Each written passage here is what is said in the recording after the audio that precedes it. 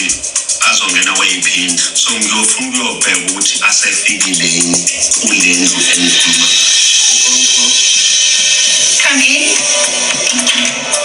who's here sabona Jesu siyakubingelela yo ngijabula kakhulu ukuthi umaphuma lufikile at least mekhona la kwe-retreat mhlambe khona ubungcono noma khona umehluko engizowubona.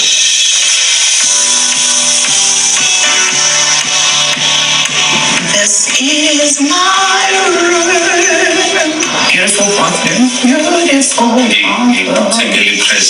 Honestly, I don't know how I'm feeling. Kahle mhlambe umuntu ogcina nje engihalela ukumbona njengamanje because esiyakejana Nkosi yami yo siyakejana. Okay. Hi guys, welcome back to our YouTube channel where we speak and discuss anything and everything under the sun. Okay, so we're watching the show. This is how it's all started, the episode that played last night. Already Tobile, Sawubona Jesu. You know when you're trying to break the ice, when you're not feeling the person, that's exactly what she is doing right now. She is just pretending as if you're getting right. She's also avoiding to like. Dude, there's a tension. She's not herself. She is just, like, let me just do this thing and just get over with it. Hey, born in my room. Wow. Then on the other side, Siyabona Umselegu is excited, is happy. He says, I'm very happy to see you, Tobile. But Tobile on the other side says, Siyakejana, he's the last person that I'm even willing to see. Now, what does that mean? Does it sound like a person who is trying to save Lomshado Wake? I don't think so. But let's continue. Let's watch. Romantic, man. I want to read it later. Yeah. Because in your voice is story incwadi bengithi izomjabulisa uyabona because ngiyabalula ukuthi indlela yinde sikhona izinto ezingahambanga kahle. This is nice. Hayi cha lempela azoqinisela ukuthi sewu. Osebenzeni. Ngabuzwa phela usho ukuthi hayi sewunzima manje uvuke wamona. Akuvusile ngempela usuthe into nje. Ayakukhuthaza ngeke usho ukuthi ngina 50 years ngathi ngimncane. Angifuni ukukhuluma lokho. Angikhulumi ngako ngiyasho ukuthi iproof yalento awuyisho yazi benginazo ngiphikise. Angithi sibe right. This is beautiful. Thank you. As a wife who has a partner, ikhona indawana yokuthi kube mnandi makwenzela umuntu. As much as you can actually do it for yourself. So yes, open a gift again. Okay. One, I don't see a need for Tobile to actually even bring that back. In fact, this thing is about us today. Ngikulethela ku retreat, ngifuna sizosebenza ku relationship yethu. Why ubringa abanye abantu? Why are you moment? Why ulento uzi moment right kanjena ufuna manje ibe yimbi? Why are you bringing in umuntu engazi ukuthi awumfuni awumthandi? We are here nje asizenza le retreat kahle is because of when. Listen, Obiseloko has been going through a lot with abafazi bakhe. Witumangwabe saying uyahamba uyabuya wotumayeni empointa but akaza afuna ama retreat. We've seen that, but now that Makhumalo is doing 1 and 2 and 3 and 4 also for a retreat, but it's because actually like we have discovered right now Umselegu no Tobile babanga undaba kaSamke. uThobile akamfuna uSamke, uThobile akamdinga uSamke, uThobile akamdinga uSamke and akafuna ukuzwa lutho ngakho. Umselegu is trying sizobona uma ngabe khamba kweshow. Now why are you bringing uSamke kwi topic ube wazi ukuthi awumfuni lo muntu? Umselegu uyamtshela uthi no, hold up, asingakhulumi ngalo muntu lo. Why are you bringing it? Just appreciate what the man has done for you. Ukuthengela gift, now uyavuma uthi yindle. The place base Pennington, the place is beautiful. So why uqala? Tobile, why uqala ufuna ukufaka izinto that has nothing to do with this? Why uqala ingxabano?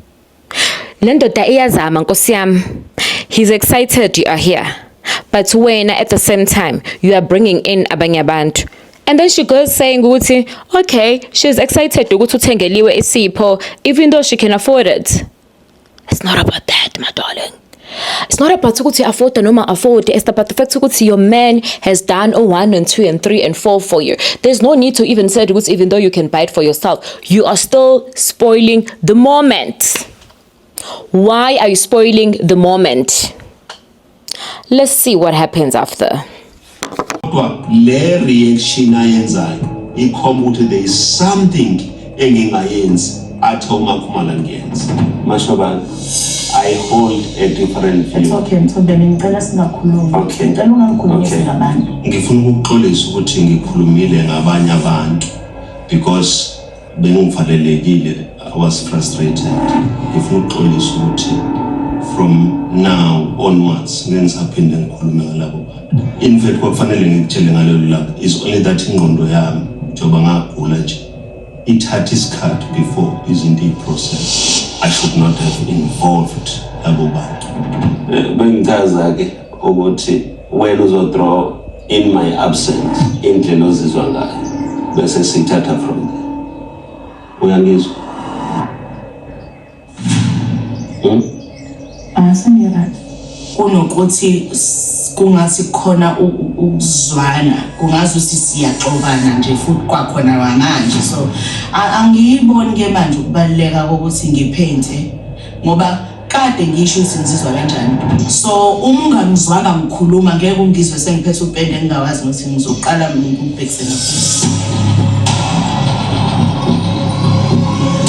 So Mselegu decide to redeem the situation by deciding the fact that he's just going to say I am sorry. He says he's sorry, ingqondo yakhe, blah blah blah blah. I mean, we all know the fact that at this particular stage uzama ukuthi isituation ibe right. Usiyamncenga uMakhumalo. It's not just because because Umselegu ufuna ukuxolisa.